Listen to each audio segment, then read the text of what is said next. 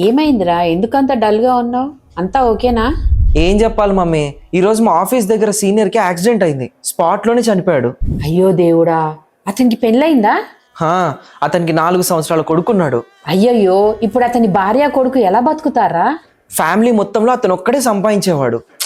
నేను అదే ఆలోచిస్తున్నానురా, మొత్తం అంతా ఎలా మేనేజ్ చేసుకుంటారు?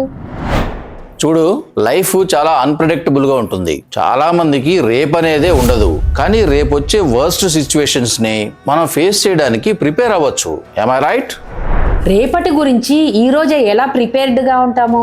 జనాలు డబ్బులు సేవ్ చేసుకొని లాంగ్ టర్మ్లో ఇన్వెస్ట్ చేస్తారు. డాడీ, ఈ రోజుల్లో డబ్బులు సేవ్ చేయడమే ముఖ్యం కాదు.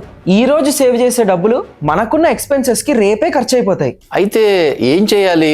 నేను ఫ్యూ డేస్ బ్యాకే టర్మ్ ఇన్సూరెన్స్ గురించి తెలుసుకున్నా. ఇప్పుడు మా సీనియర్కి జరిగిన లాంటి సిచ్యువేషన్స్ ఏమన్నా జరిగితే లంసమ్ అమౌంట్ రిసీవ్ అవుతుంది. ఆ డబ్బులు చాలు మంత్లీ ఎక్స్పెన్సెస్ ని మేనేజ్ చేసుకుంటూ చిల్డ్రన్ ఎడ్యుకేషన్స్ ని, ఈవెన్ ఈఎంఐస్ ని కూడా కవర్ చేసుకోవడానికి. చాలా ఎక్స్పెన్సివ్ ఉంటుందేమో కదరా?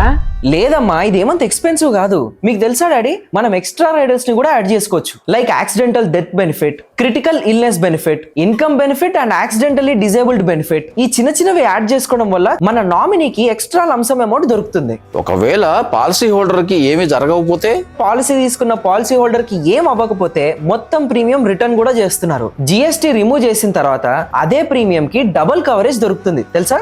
వెరీ గుడ్ రా, భలే ఆలోచించావు. అవునమ్మా, మా ఆఫీస్ దగ్గర ఇన్సిడెంట్ చూసిన తర్వాత వెంటనే తీసేసుకున్నాను. ఈ పాలసీని ఇప్పుడు ఎక్కడి నుంచి కొనుక్కోవాలి? డాడీ, లింక్ బయోలో ఇచ్చాను, అది క్లిక్ చేస్తే చాలు. మనకు కావాల్సిన ప్లాన్ ని ట్రస్టెడ్ పార్ట్నర్స్ తో కంపేర్ చేసుకోవచ్చు అండ్ బెస్ట్ ప్లాన్ ని చూస్ చేసుకోవచ్చు. ఆన్లైన్ లోనే పాలసీ తీసుకుంటే 15% వరకు డిస్కౌంట్ వస్తుంది. ఇంకా డిలే చేయకండి. Prepare today for tomorrow.